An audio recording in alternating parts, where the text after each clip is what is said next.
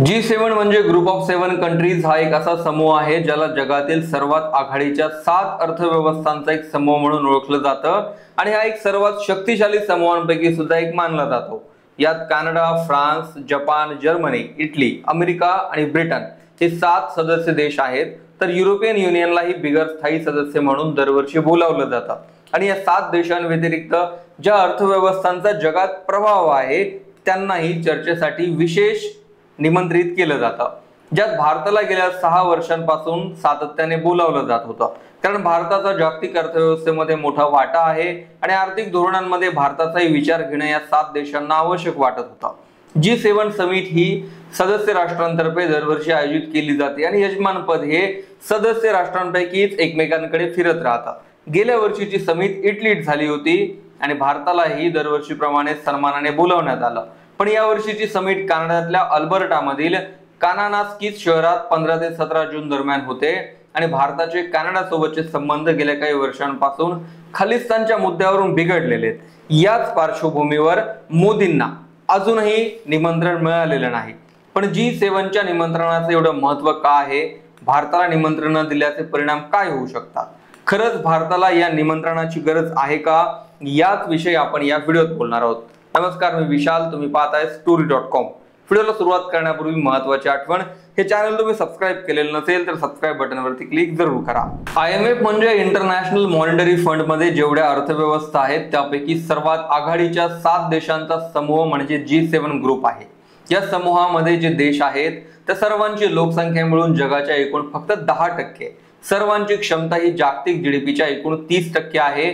त्यामुळे हे देश आर्थिकदृष्ट्या ताकदवान असले तरी त्यांच्या मर्यादित आवाक्यामुळे वारंवार टीका होत असते आणि त्यामुळे चीन, भारत, दक्षिण आफ्रिका यासारख्या जास्त लोकसंख्या असलेल्या बिगर सदस्य देशांनाही निमंत्रण दिलं जातं।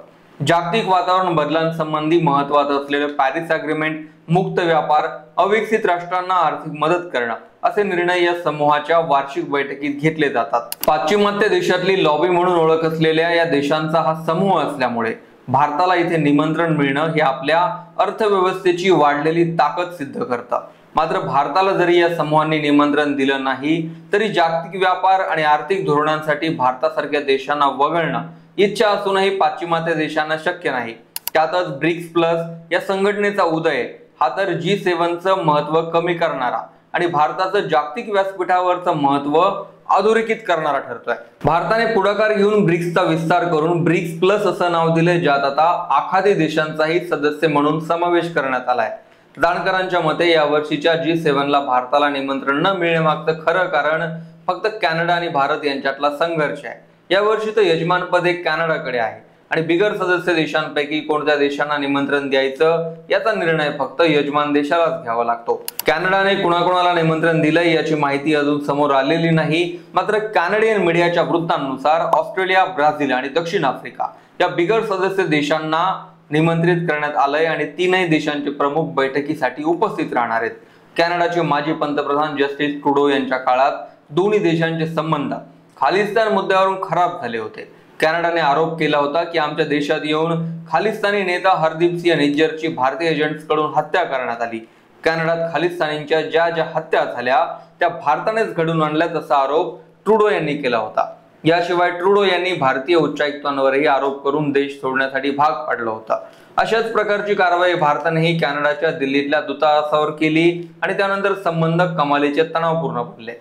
जस्टिन ट्रुडो यांचा निवडणुकीत पराभव झाल्यानंतर कॅनडाची सूत्र मार्क कार्ने यांच्याकडे आली। कार्ने हे पंतप्रधान होताच खालिस्तानी नेत्यांनी मागणी केली की भारताने अजूनही निज्जर यांच्या हत्येच्या चौकशीत सहकार्य केलेलं नाही आणि चौकशीची मागणी आणखी तीव्र करावी।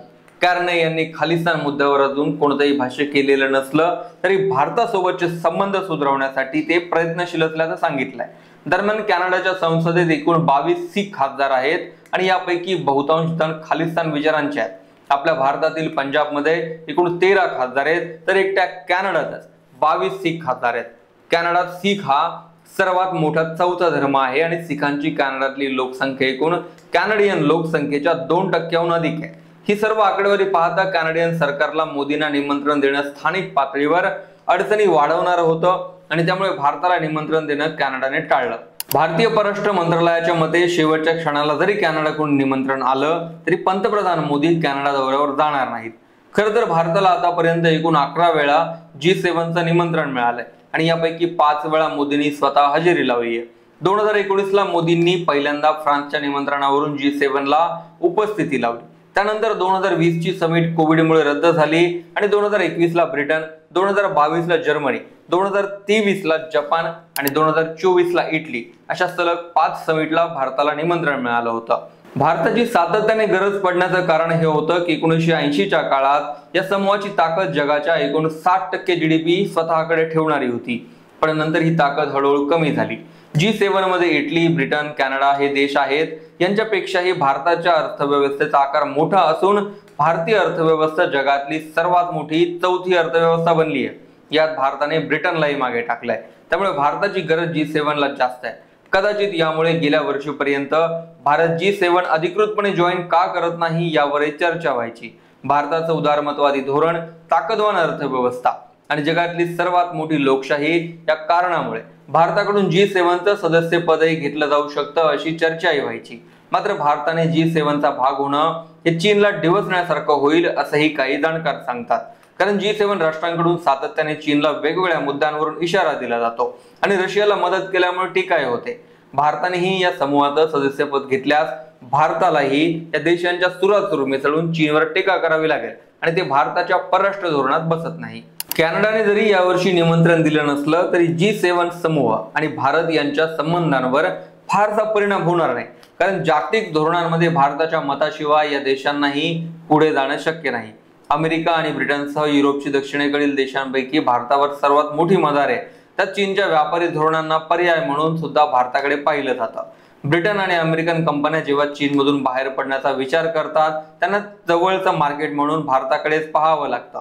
दुसरी गोष्ट म्हणजे G7 समूहाचं 80च्या दशकात जे वजन होतं ते आता राहिलेलं नाही. विशेषतः संयुक्त राष्ट्राच्या सुरक्षा समितीत म्हणजे UNSC मध्ये रशिया, चीन आणि अमेरिका यांची 3 दिशेला 3 तोंड झाल्यामुळे कोणतीही कारवाई एकमताने होत नाही. उत्तर कोरियावर एवढे सँक्शन लादूनही अणुबॉम्ब सोडण्यासाठी किम जोंग उनने मनाई केली. दुसरीकडे अमेरिका आणि पाश्चिमात्य देशाने रशियावर आर्थिक निर्बंध लादले. पण भारत आणि रशिया यांच्यात व्यापार अजूनही चालू आहे आणि रशियन अर्थव्यवस्थेला यामुळे मोठी मदतही होते. पण या उलट आर्थिक निर्बंध लादणाऱ्या पाश्चिमात्य देशांना भारताने साथ दिली तर जागतिक स्तरावर एक मोठा प्रभाव गट तयार होईल आणि G7ची ताकदही तेवढीच वाढेल.